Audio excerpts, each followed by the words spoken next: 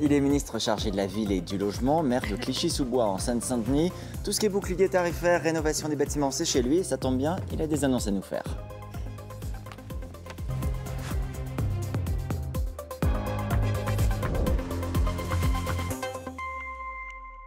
Bonjour Olivier Klein. Bonjour. Avant de parler logement, un mot des retraites, puisque votre allié du MoDem, François Bayrou, ce week-end s'est exprimé assez durement. Il ne veut pas du projet de réforme des retraites dans le projet de loi de financement de la sécurité sociale. Pour lui, ce serait une méthode brutale, un passage en force. Est-ce qu'il a tort? D'abord, sur le fond, qu'il y ait une réforme des retraites. Sur le véhicule, parce qu'il ne conteste pas le fait qu'il y ait une réforme des retraites. Ensuite, moi, sur la forme, je suis favorable évidemment à la concertation avec les partenaires sociaux. Olivier Dussopt, hier, les a rencontrés. Je ne doute pas qu'il va les rencontrer encore. Je ne crois pas que dans l'esprit du président de la République et du gouvernement, il y ait l'idée de passer en force. Ce n'est pas la méthode annoncée par le président de la République et la première ministre, et la méthode qui est la nôtre sur tous les sujets, c'est la concertation, le travail collectif, pour aller vers une réforme qui doit être juste et nécessaire, parce que on commence pour un certain nombre à travailler plus tard, que la vie s'allonge, mais cette réforme, bien évidemment, elle doit être concertée et juste. Donc il faut écouter ce que dit François Bayrou. Il faut trouver la bonne voie pour aboutir à une réforme juste et concertée. Vous dites la concertation, hier, vous avez reçu le secrétaire général de la CFDT, Laurent Berger. D'ailleurs, derrière, vous avez publié un tweet en disant « Nous avons besoin de toutes les forces du pays pour redonner du pouvoir d'achat, du pouvoir de vivre aux habitants, des quartiers populaires en particulier, c'est ce qui vous tient à cœur. » Ça veut dire aussi qu'il faut pouvoir concerter et avancer avec la CFDT. Mais bien évidemment, le principe du gouvernement et le mien, c'est de concerter avec tout le monde. Rencontrer Laurent Berger, rencontrer Bruno Arcadipam, le président du MEDEF, c'est ma méthode et c'est normal. Quand on est ministre du Logement, on doit travailler avec l'ensemble des partenaires sociaux qui participent avec Action Logement à la vie du logement. Donc là encore, quand Laurent Berger dit s'il y a un passage en force dans le projet de loi de Sécu, on se retire du Conseil national de la refondation, on arrête les autres concertations, pareil, vous dites qu'il faut écouter. D'abord, le Conseil national de la refondation, il est le lieu de la concertation, de l'échange et de travailler autrement. Et donc, évidemment, on ne peut pas apprécier le lancement du CNR et se dire on va s'en retirer et ne pas se donner les moyens que ça dure. Donc moi, ma position, c'est qu'évidemment, il faut travailler avec l'ensemble des partenaires sociaux, réfléchir avec eux à cette réforme et ensuite la conduire au Parlement au bon moment. Donc oui à la concertation et le Parlement au bon moment. On a noté votre réponse, c'est important de l'entendre. Le gouvernement a annoncé la semaine dernière sur un sujet qui vous concerne un peu plus directement, le prolongement du bouclier tarifaire pour tous les ménages, pour le gaz, l'électricité. Mais est-ce que tous les locataires de HLM vont en bénéficier, Olivier Klein, que ce soit sur le gaz comme sur l'électricité, puisqu'il y a des inquiétudes? Oui, les inquiétudes sont légitimes pour les bailleurs, pour les locataires, mais le gouvernement a vraiment pris ce sujet à bras-le-corps. D'abord, la règle générale, c'est que le bouclier tel qu'il existe s'applique, individuellement ou collectivement. Il y a...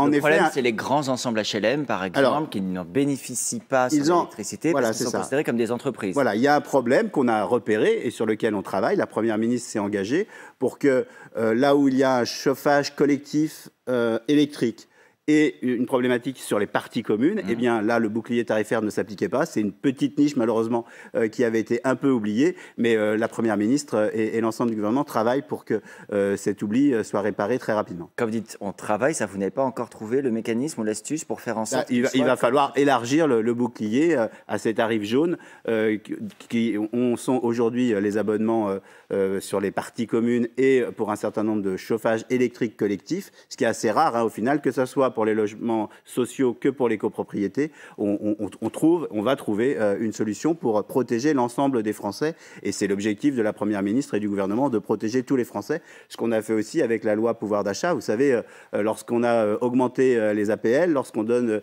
le chèque énergie, on veut protéger. Donc là où il y a un oubli, on le répare.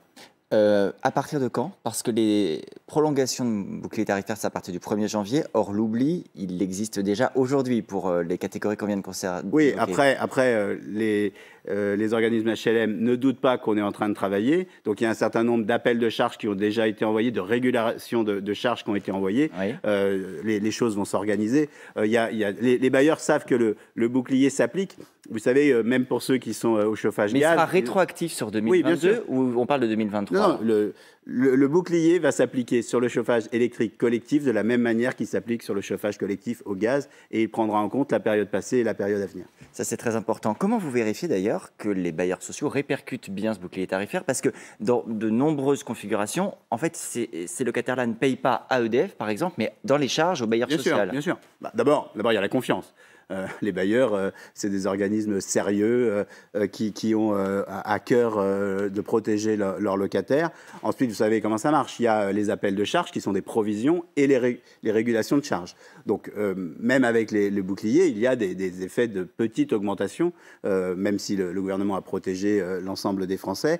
Donc, dans les régulations, il peut y avoir une demande supplémentaire. Et puis, il y avait les provisions qui commencent à arriver pour l'année suivante. Donc, l'annonce de la Première ministre de dire que le bouclier continue est extrêmement important. Et tout ça, évidemment, il faut faire confiance. Mais je le dis, il faut être prudent pour les locataires, qu'ils soient dans le logement social ou dans les copropriétés ou pour les résidents en général. Et il faut faire attention dans cette période à la reprise de nouveaux abonnements. C'est vrai qu'on voit ne pas prendre d'engagement au prix fort actuellement sur des durées trop longues qui seraient dangereuses pour les Sur ce que vous venez de nous annoncer, l'engagement de protéger vraiment tous les locataires, est-ce que vous avez déjà chiffré le surcoût que ça va représenter? Parce qu'il y avait un trou dans la raquette, on va falloir combler ce trou. C'est quel montant en plus? C'est plusieurs centaines de millions d'euros. Pour 2022 ou pour 2023 ou pour l'ensemble? Pour l'ensemble. Et combien de centaines? Entre 900 et 1 milliard, je pense. On est en train de travailler. C'est quand même un gros trou dans la raquette. On va rester sur la question de la sobriété énergétique. On l'a traité tout à l'heure dans les journaux. La fac de Strasbourg, en raison des prix de l'énergie, a annoncé une 3e semaine de congé pour Noël, une semaine complète de cours en distanciel en février. Est-ce que c'est votre idée de la sobriété énergétique? Est-ce que c'est ce qu'il faut faire? Non, je ne crois pas. Vous savez, les étudiants ont déjà beaucoup souffert pendant la période Covid. Moi, j'ai vu ma fille faire des cours à la maison. À un moment, les étudiants, ils ont besoin d'étudier à la fac avec leurs camarades de classe et d'études. Donc, il faut regarder. Moi, je ne connais pas le détail, mais je crois vraiment que la sobriété, oui, évidemment, et on doit tous prendre cette responsabilité. Mais d'abord, le droit à l'éducation, c'est pour moi ma priorité. Donc, je laisse ma collègue ministre de l'Enseignement supérieur regarder. Mais ce n'est pas la consigne qui est donnée par le gouvernement aujourd'hui de réduire le temps d'études. Mais par exemple, quand un président de fac dit « ça me coûte trop cher », qu'est-ce qu'il a, lui, comme mécanisme pour l'aider à payer sa facture aujourd'hui? Là encore, d'abord, on verra plus tard, et il faut travailler sur les économies d'énergie, les enveloppes, comment mais les factures, c'est maintenant, pour le coup. Et les factures, c'est maintenant, mais on va revenir il n'y a rien qui exclut les établissements de forme de bouclier ou d'accompagnement. Le gouvernement devra regarder cette situation particulière. Il y a une question que vous venez d'évoquer, c'est la rénovation des bâtiments publics. On a entendu, encore hier soir aux 20h de TF1, des collectivités locales dire « nous, on a des difficultés parce qu'on a des bâtiments qu'on doit rénover, mais ça nous coûte trop cher ». On avait par exemple un élu qui parlait d'un gymnase. Exactement, vous avez vu le reportage, c'est bien.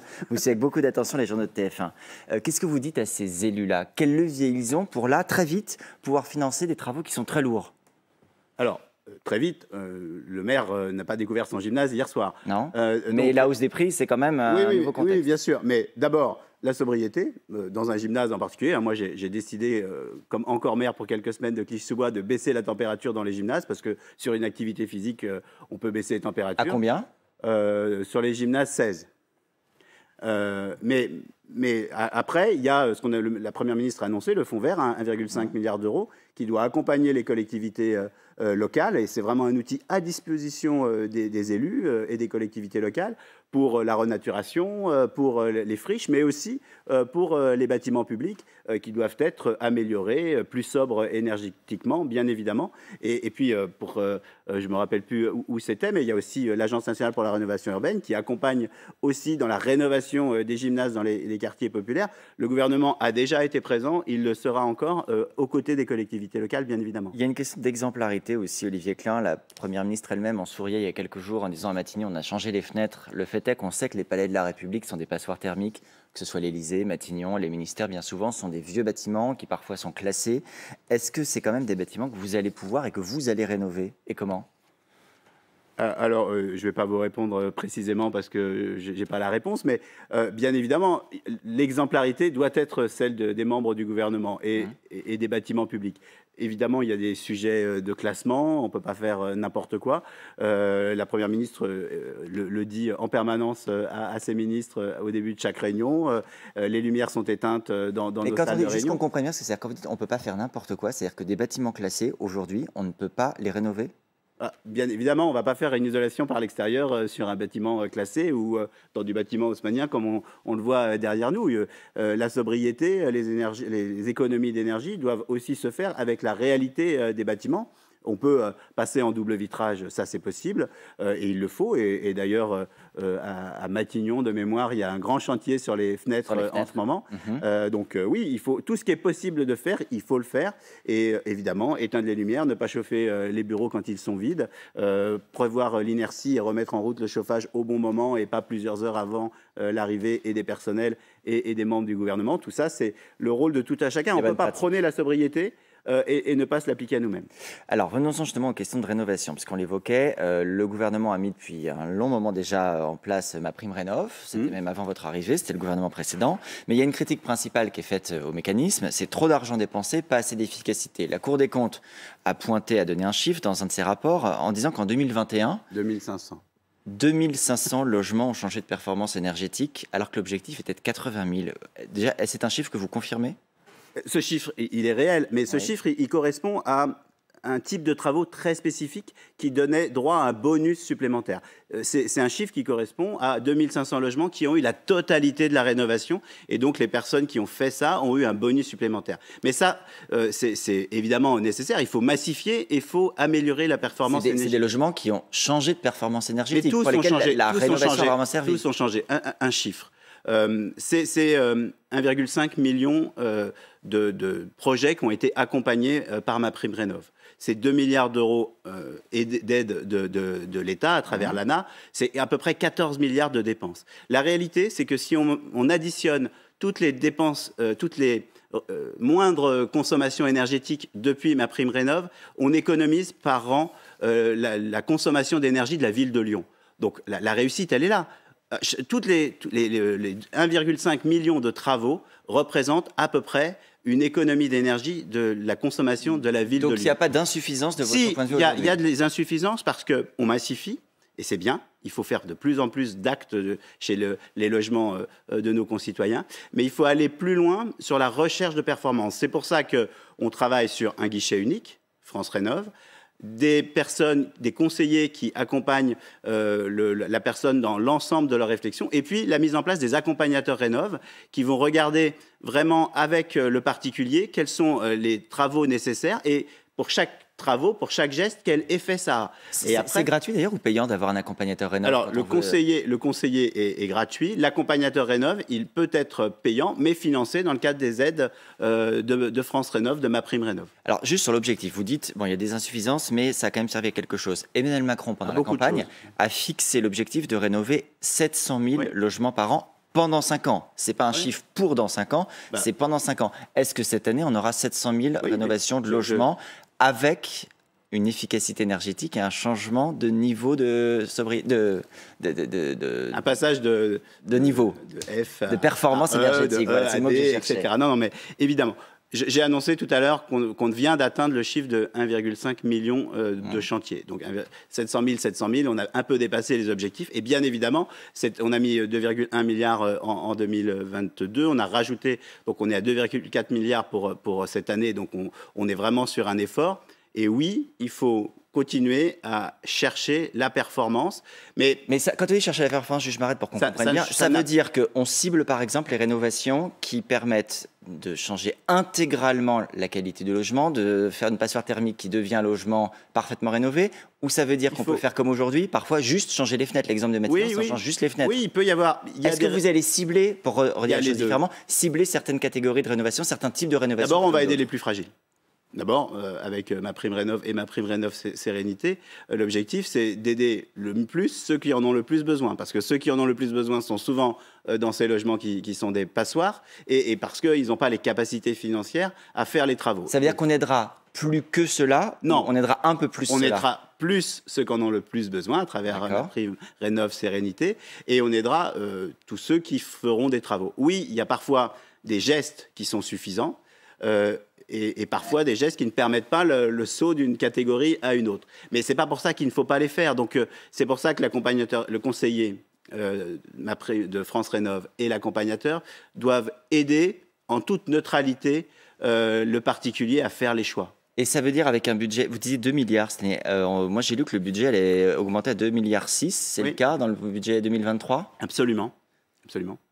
Est-ce qu'on va pouvoir faire malgré tout des économies? Parce que dans le même temps, on sait que le gouvernement cherche où faire des économies. Le logement est réputé malgré tout, j'explique pour nos téléspectateurs, comme un secteur où parfois on dépense plus que la moyenne européenne, même 2 fois plus, avec un résultat qui n'est pas forcément moins bon. Donc il y a peut-être des choses qui sont très positives, la rénovation vient de l'évoquer, mais est-ce qu'il y a par exemple d'autres endroits où on peut ponctionner? Il paraît que le gouvernement réfléchit à ponctionner 350 millions dans les caisses d'Action Logement, qui est le premier bailleur social. Est-ce que vous confirmez?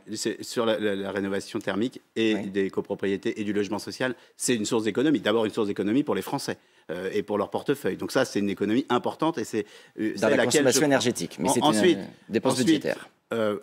Mettre de l'argent dans le logement et dans le logement social en particulier, c'est une chance pour ce pays. Aujourd'hui, il y a 2,2 millions de Français qui attendent un logement social. Donc vous dites non, il ne faut pas faire d'économie dans le secteur du logement. Il faut bien dépenser l'argent. Et bien dépenser l'argent, c'est bon pour ce pays, c'est bon pour les Français. Donc oui, avec Action Logement, on travaille. Action Logement, c'est un partenaire essentiel du monde du logement. C'est 9 milliards d'euros de mémoire que Action Logement met dans l'Agence nationale de rénovation urbaine. Mais donc ponctionner 350 millions d'euros, ça peut être une piste. C'est pas une ponction, c'est une participation. Aujourd'hui, on travaille avec Action Logement. Non, mais c'est pour l'aide à la pierre. C'est pas une ponction, c'est une participation, mais vous l'appelez comme vous voulez. Aujourd'hui, sur le budget 2022, Action Logement a mis 300 déjà millions d'euros à l'aide à la pierre. C'est pas de l'argent pour mettre de l'argent, c'est de l'argent pour accompagner les bailleurs sociaux à réaliser leurs projets. Aujourd'hui, avec Action Logement, on travaille. À l'avenir, c'est ce qu'on appelle le nouveau plan quinquennal. Je ne sais pas ce que seront les effets des concertations. On parlait tout à l'heure de consultation et de concertation. Ma méthode, c'est de consulter, de concerter et de construire un projet utile aux Français et respectueux des finances des bailleurs et d'Action Logement.